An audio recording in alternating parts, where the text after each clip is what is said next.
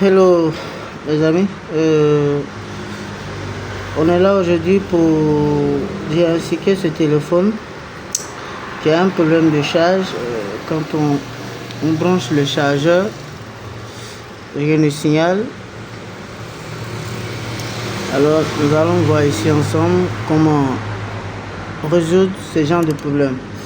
Alors c'est une Itel de modèle P751W. Voilà. Alors je vais le démonter.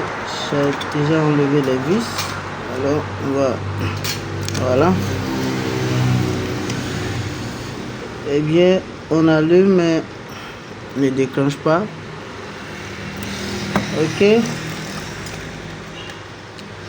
bien on va vérifier un peu l'alimentation.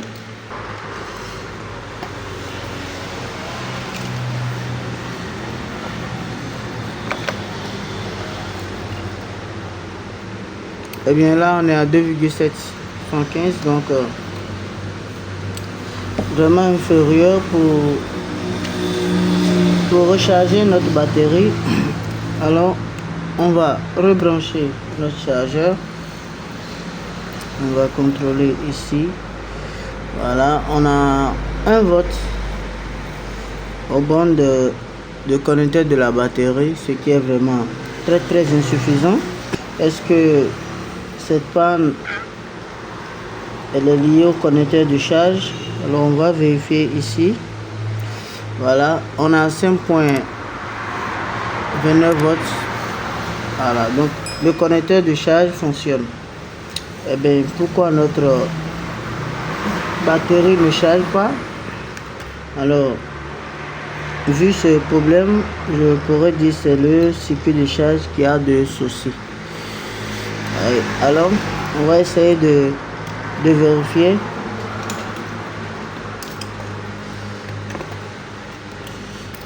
La carte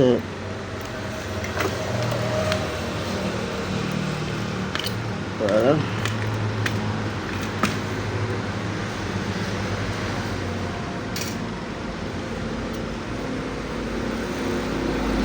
Ok, donc le circuit de charge, vu la borne là où se trouve le connecteur de la batterie, elle peut se retrouver ici ou forcément dans ce bloc là. Alors je vais démonter plutôt ce bloc pour voir si je vais retrouver le circuit de charge à ce niveau.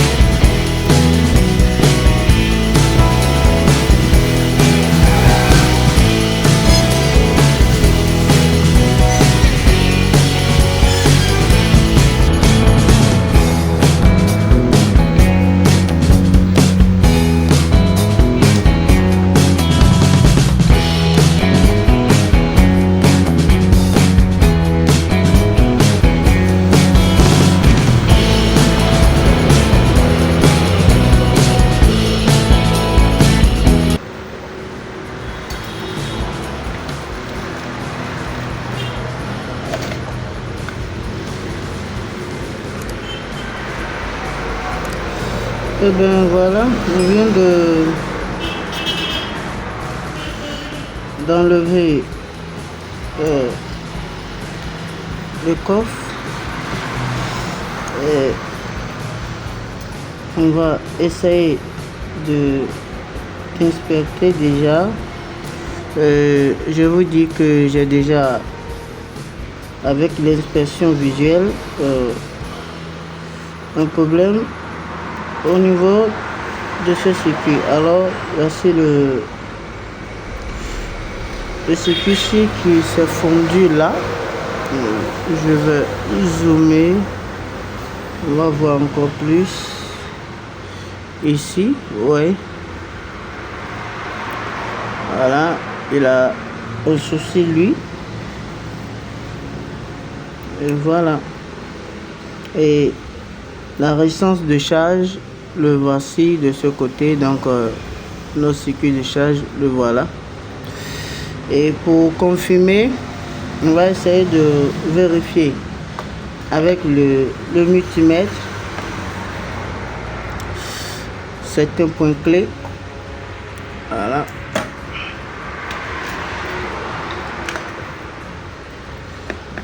Ok.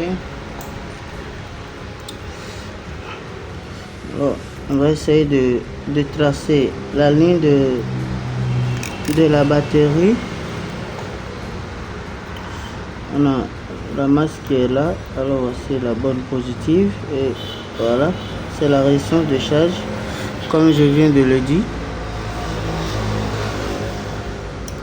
C'est bien la résistance de charge. Et bien voilà, donc notre circuit de charge, le voici. Oui, c'est le circuit de charge. On a toujours, voilà, donc ces deux condensateurs-ci sont les condensateurs de filtrage de la tension 5 volts qui entre. On va vérifier. Voilà.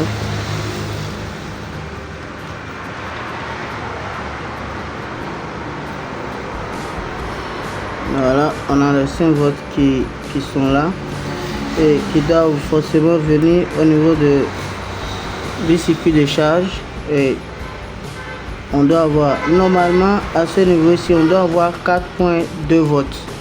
4.2 volts, ce qui n'est pas le cas. Donc notre circuit de charge a vraiment un problème. Lorsque on place la batterie et qu'on vérifie, on vérifie au power DC,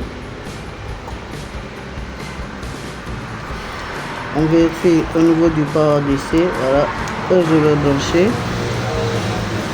et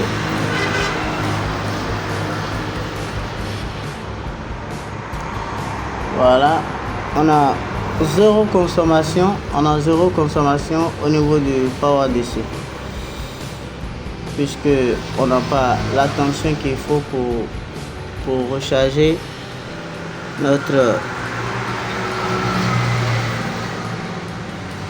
téléphone.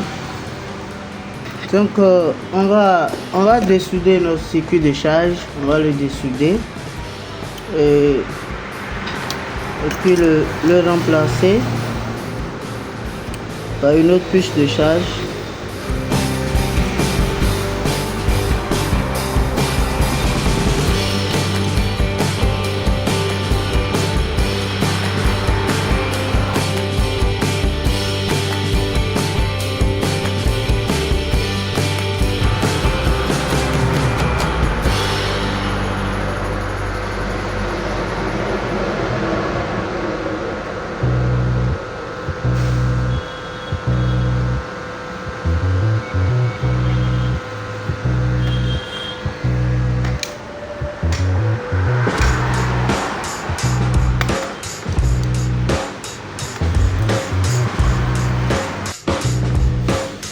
Et voilà, notre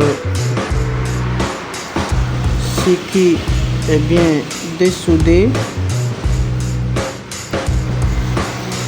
Et voilà.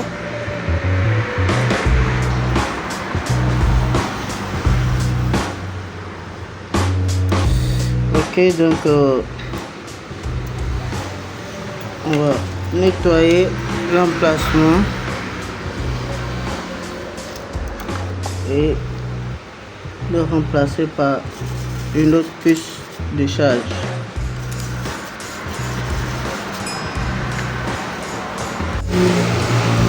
Ok, voilà. Le nouveau circuit que nous allons utiliser,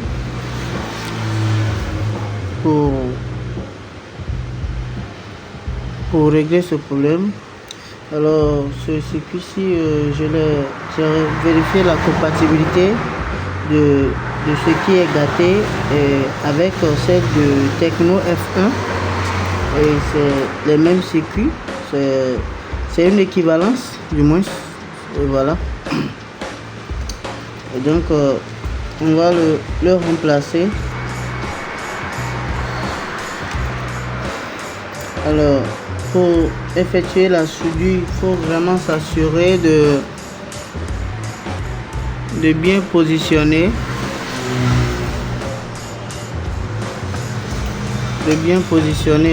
votre circuit.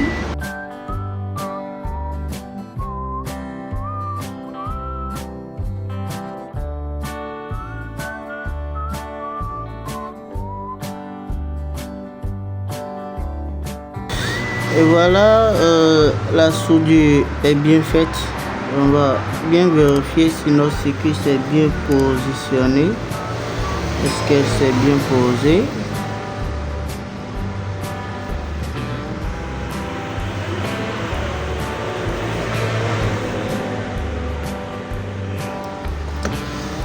Et voilà. Après cela, on va bien nettoyer l'endroit où on a effectué la soudure pour enlever les résidus de pâte fluide, puisque quand elle est toujours présente sur votre carte, elle va chaque fois augmenter la température de chauffage de votre moteur. Alors il faut chaque fois s'assurer de le nettoyer. Et bien, après cela, on va passer au test pour voir si notre circuit, le circuit a bien fonctionné. Alors on va brancher le chargeur et on va faire la vérification telle que je l'avais effectuée. Voilà, on a 4.0 volts.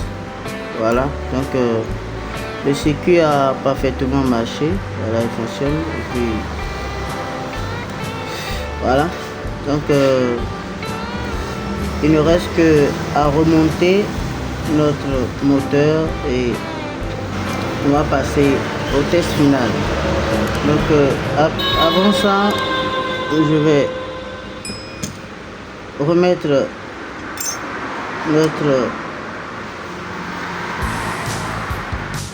la coffre, on va le remettre à sa place puisque le travail est déjà bon.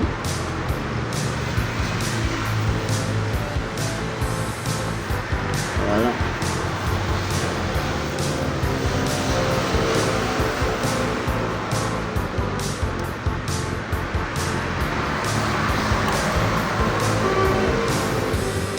Donc on se retrouve juste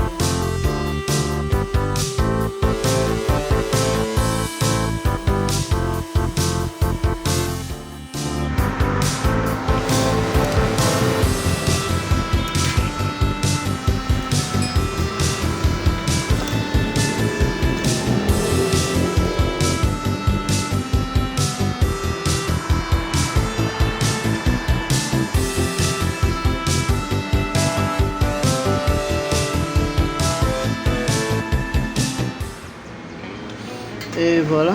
On va maintenant rebrancher notre téléphone et déjà une console 88 mAh. On attend que la batterie remonte.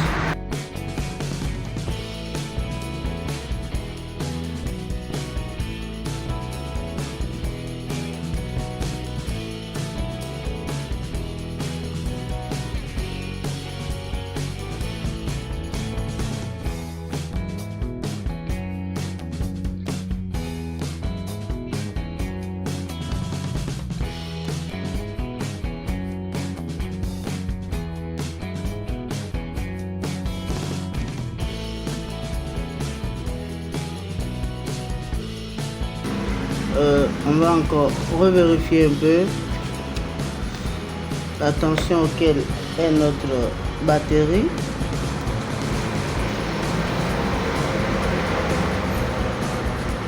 Voilà, on est à 3.1 volts. On patiente pour que la charge remonte à 3.5 volts pour avoir un déclenchement réel, pour avoir l'affichage du pourcentage de la batterie. Voilà, on est à déjà environ 3.2 volts. Et puis voilà, on a l'affichage de 0%.